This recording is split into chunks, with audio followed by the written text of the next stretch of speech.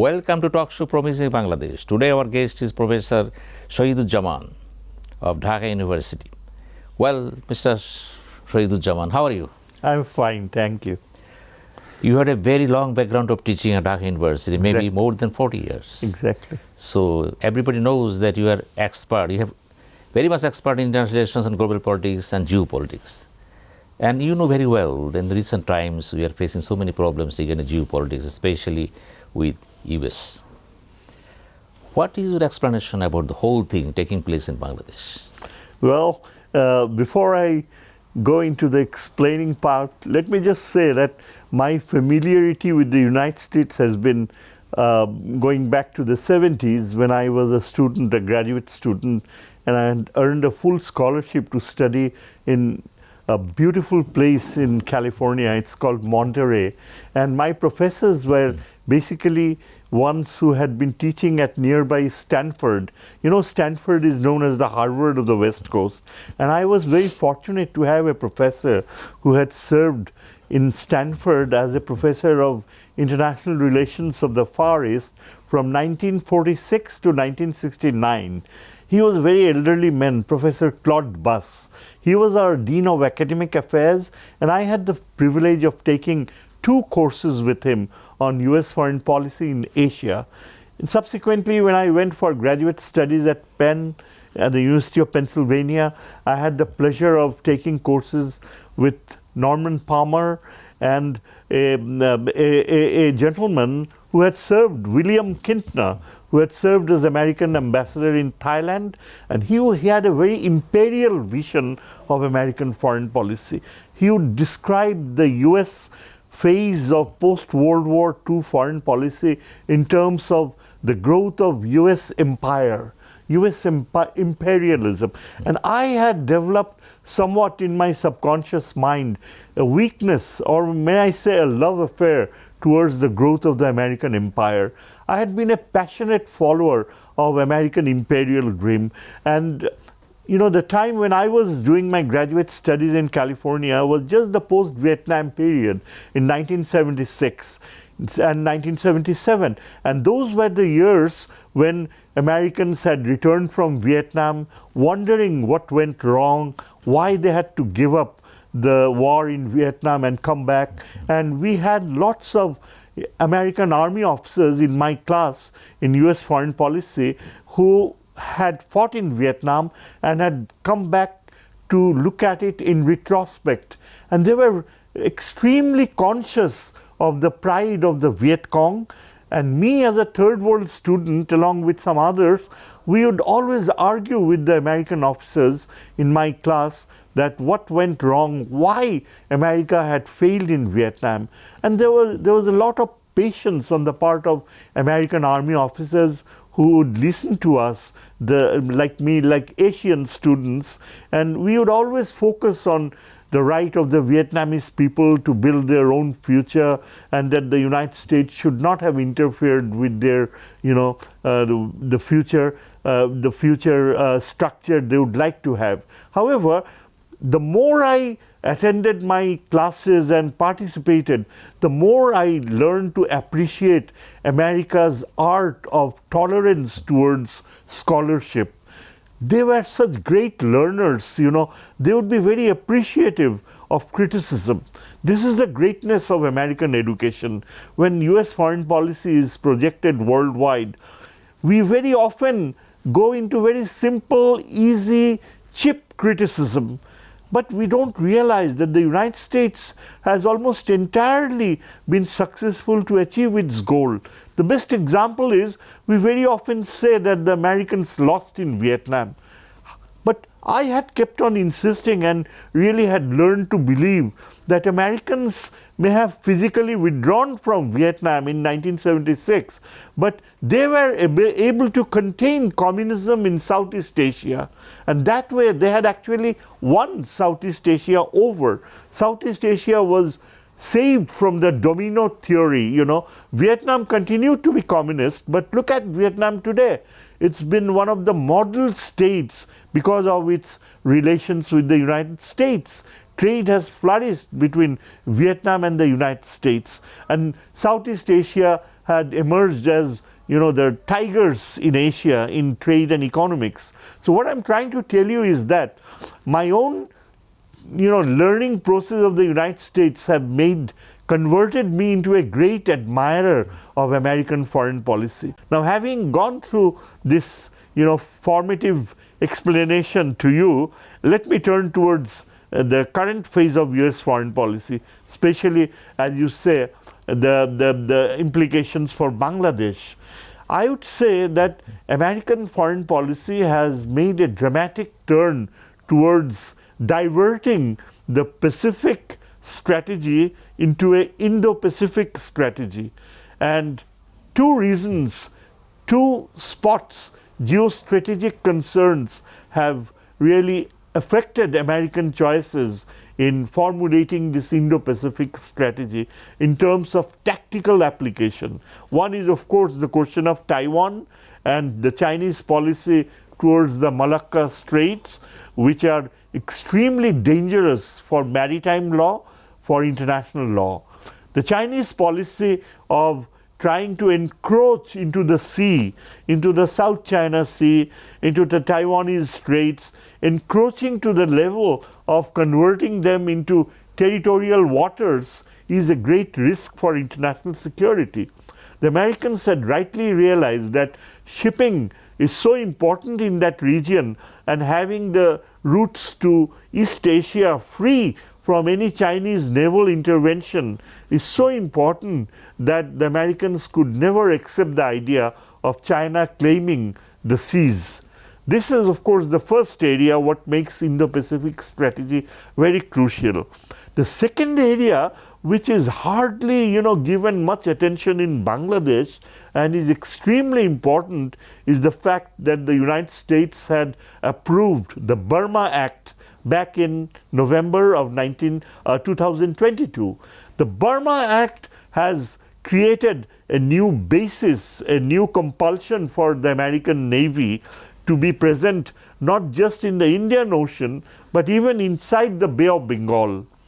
Because the Burma Act necessitates the United States, through a process of a unanimous approval of the American Congress, that Myanmar must be saved from the trauma of the military rule of what we call the Tatmadaw. The Tatmadaw has absolutely enslaved Myanmar. When Myanmar was created as a free state in 1948, that takes us back, when the Burma Act was first initiated in the US Congress. When in 1948 Myanmar became Burma, it was called the Union of Burma. This union was supposed to apply the question of self-determination to its people within a period of 10 years. When General Aung San brought independence to Myanmar, he was absolutely very persuasive, and he won the faith of the British colonial rulers that Myanmar be kept united, despite the fact that there was so much of diversity. There were the Shans, Karens, Kachins, hundreds of ethnic groups which were compelled to unify, and General Aung San had believed that there would be democracy. However, even after 10 years, in 1958, Myanmar, the states within Myanmar would have the right of self-determination to decide whether they would like to stay within the Union or they would like to be separate. And that same right was given to the people of Arakan, the Rakhines, and the Rohingyas. They would also have the same right. If you perhaps recollect, in 1947, these Rohingyas had opted to join Pakistan. Shere Bangla had even pleaded to Jinnah to give a hearing to the Rohingyas, but Jinnah thought it was too late. He sort of ignored the issue, and at the same time, General Aung San had promised Jinnah that the Rohingyas would enjoy equal citizenship within Myanmar. This is the background. Now, when the Burma Act was again renewed, made up to date in last year in November, the US Congress decided that it must act in response to the people of Myanmar to give, if necessary, military support so that the national unity government may take over, civilian rule may be introduced. Well, we'll go for a short break, we'll come to you again. Okay. Viewers, we are going for a short break and come to you again.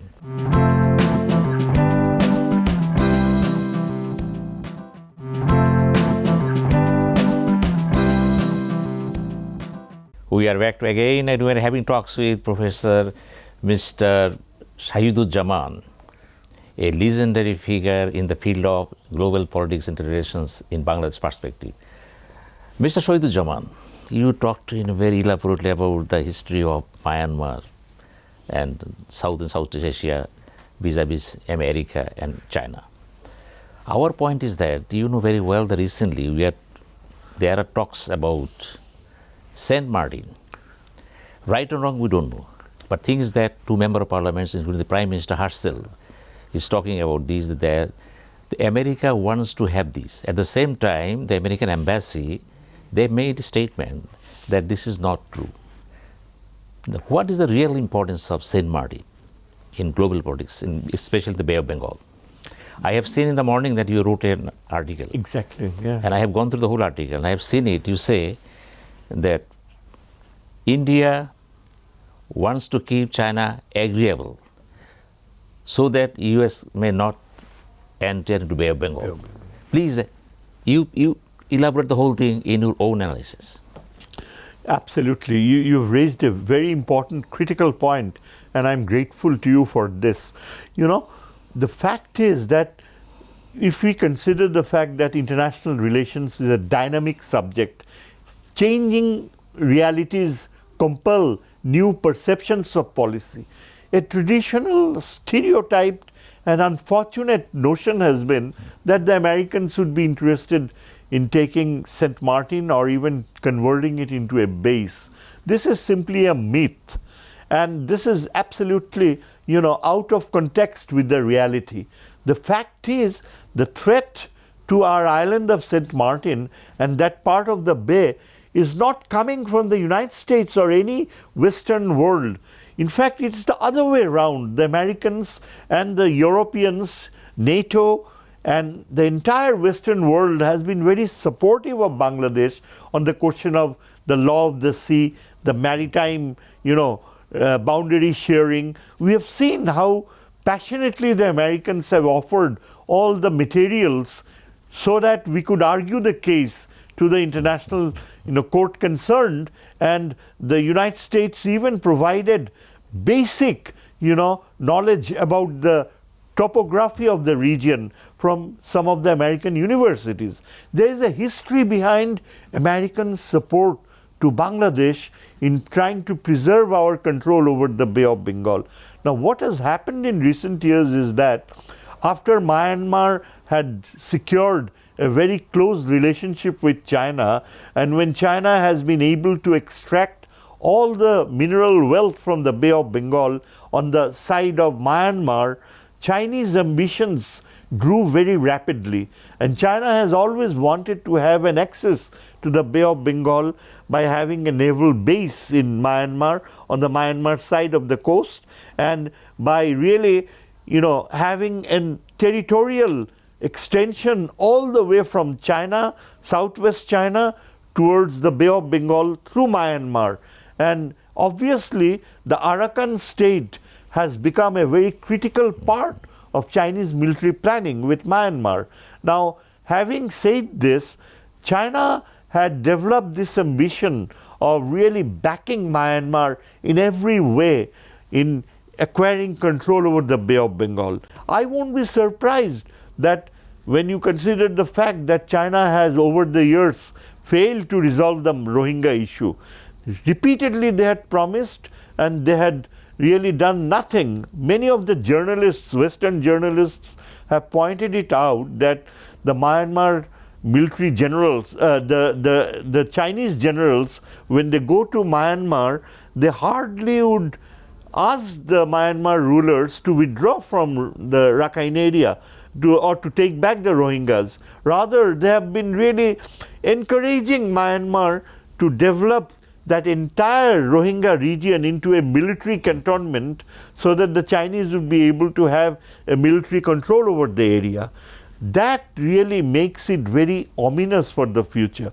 It means that you simply cannot say that in next 5 years' time, China may encourage Myanmar, if Myanmar gets a chance to expand its navy, to have designs to, encroach on St. Martin. We really cannot forecast Chinese behavior. It's highly unpredictable. China has never been consistent with keeping its promise. What it says and what it does has very often been the reverse in the case of Bangladesh. The Rohingya issue is there. And at the same time, it has a problem with India's, which is territorial. But one has to remember that India is also very dependent on China for one very obvious thing. Indians have created a track across the Bay of Bengal, the Bangladesh coastline, all the way to Sitaway. And from Sitaway, they have spent over $1 billion on what they call the Kaladan project, the Kaladan multi-purpose project, which would mean that if the Indian army wants to transport troops to Mizoram or Nagaland, they would have a second access, a coastal bay across the bay, just across the coastline, all the way to Sitaway, and from Sitaway across the Kaladan River, they would transfer their troops about 100 kilometers into Mizoram. For this, they need Chinese support. China has complete control over the region. You not only have insurgent groups like the Arakan army, you have the Chin army, you have the Myanmar Tatmadaw. All of them are constantly involved in civil war. So for India to have that access through the Kaladan River, China would play a very important role. This is where I see the Sino-Indian connection, where China and India may have a common interest, and India may come to some understanding in territorial terms with China so that it can, get the fruits of its investment on the Kaladan River project. In other words, this is a substitute for India for the 25-mile Siliguri corridor, and this route will provide them an alternate access. So my submission is that when we have a relationship of trust in the Indo-Pacific strategy with the US Navy, and when we have a close bond of friendship with the United States on the question of American presence in the Bay of Bengal, it gives us the only and the most important security of defending St. Martin, not just St. Martin, even Bandorban, where it is suspected that the Myanmar future military might have, they cast their eyes on there. So what I see is that it's the reverse of this traditional wrong thinking that the Americans are interested in St. Martin. Far from it. The Americans are trying to convey this to us, that if we want to protect our maritime region, our maritime zone, and all the resources in the sea from any future Sino-Myanmar encroachment, the US Navy can play a very important ally, the role of an ally, so that we can, cultivate all our future designs of a blue economy in the Bay of Bengal. Okay, thank you very much. We will go for a short break and come to you again. Viewers, we are going for a short break and come to you again very soon.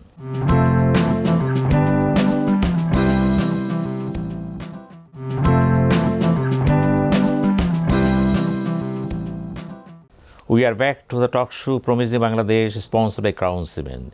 We are having talks with Mr. Shahiduzzaman, almost a global personality in Bangladesh in the context of global understanding and realization. Mr. Shahiduzzaman, you are talking of Myanmar, basically St. Martin. It is going to be included in the map of Myanmar again and again. Very important information for the viewers. Well, you know very well that Bangladesh is passing very critical juncture, especially the visa policy, US visa policy, vis-a-vis domestic politics, and all these things taken together. How do you view this thing? Well, we are almost approaching a period of very critical phase on the question of the future government in Bangladesh. There is supposed to be elections coming along. The United States has really has stakes in Bangladesh. You know, the discussion I had with you so far would indicate that the United States really requires a friendly, in fact an ally out of Bangladesh. In spite of the fact that India has very close ties with the United States, and that President Modi's visit to the United States would further solidify those ties. The fact is that today we are convinced that the Americans have changed their policy. Today the United States has a separate desk for Bangladesh in the State Department. Today the United States sees new realities in the light of changes in the Indian Ocean, and also the need for its presence in the Bay of Bengal has gone up immensely, because I'm sure the United States cannot go on prolonging the tragedy of the people of Myanmar. You know, the Tatmadaw has become so brutal and had been adopting aerial bombing, and the fact that the collateral damage has gone up so much, and the way the Myanmarese people and the National Unity Government has begged the American Congress over the last 2 years, it's absolutely inevitable that the American policy would be in future to bring an end to the Tatmadaw massacre, to bring an end to the genocide that they are carrying out. And for that, the United States would require a helping hand, or would like to see that there is a coincidence of policies with Bangladesh. For Bangladesh, it's absolutely essential for us to send the Rohingyas back to where they belong. For us, we want that these Rohingyas should enjoy equal dignity and citizenship in Myanmar. But that is impossible as long as China and Myanmar maintain their present policies. The Indians will probably play a role of being very friendly with Myanmar, because they need the Myanmar government for their geostrategic goals in the region. So it is absolutely inevitable that the United States would like to intervene to bring back civilian rule and democracy in Myanmar. That is where we see that Bangla in future, a change of regime in Bangladesh, or perhaps a change of policies in Bangladesh, may be necessary so that Bangladesh can get away from the syndrome of staying removed, of really believing that an artificial entity in Myanmar can be reliable for us. You know, it was absolutely pathetic that Bangladesh attended the ceremonial functions of the Tatmadaw just a few months back, along with India, Pakistan and Thailand. What I would like to differ with the view of the government is that we have a very separate set of interests in promoting our future in the Bay of Bengal. We want to see the Rohingyas go back as soon as possible. And that can never be possible as long as we rely on the Tatmadaw. I would indicate that we should cooperate with the United States, and that is exactly the reason why the United States is very interested on accountability in this country. That is the reason why the United States is very serious about ensuring participation of voters in any future election. All that the Americans want is that all Bangladeshi people should be able to cast their vote freely, independently. And for that, whatever is necessary should be done. I firmly believe that the Americans know the pulse of the people here in Bangladesh. As an expert, do you feel that India should behave properly with Bangladesh? Properly means, should India understand, realize the pulse an aspiration of the people of Bangladesh? Well, I frankly believe, I'm a realist. I believe that India will really pursue its national interest. But when it comes to national interest, I honestly believe that if I were an Indian, I would first focus on the attitude of the Bangladeshi people towards India. I'm sure the Indians value the sense of appreciation, respect that we Bangladeshis have for India, that India achieved in 1971. People in Bangladesh are very grateful people, and I think we have gone beyond words to prove this to the Indians. I know that the Indian media has repeatedly pointed it out that we should be really, supportive of the will of the Bangladeshi people. Indian newspapers have also focused on the fact that Bangladesh should not be allowed to be away from India once India has taken so much pain to earn their trust and friendship. If you think that way, I strongly believe that India should strongly support free and fair elections in Bangladesh. And I think the best road for India would be to be supportive of the American plan.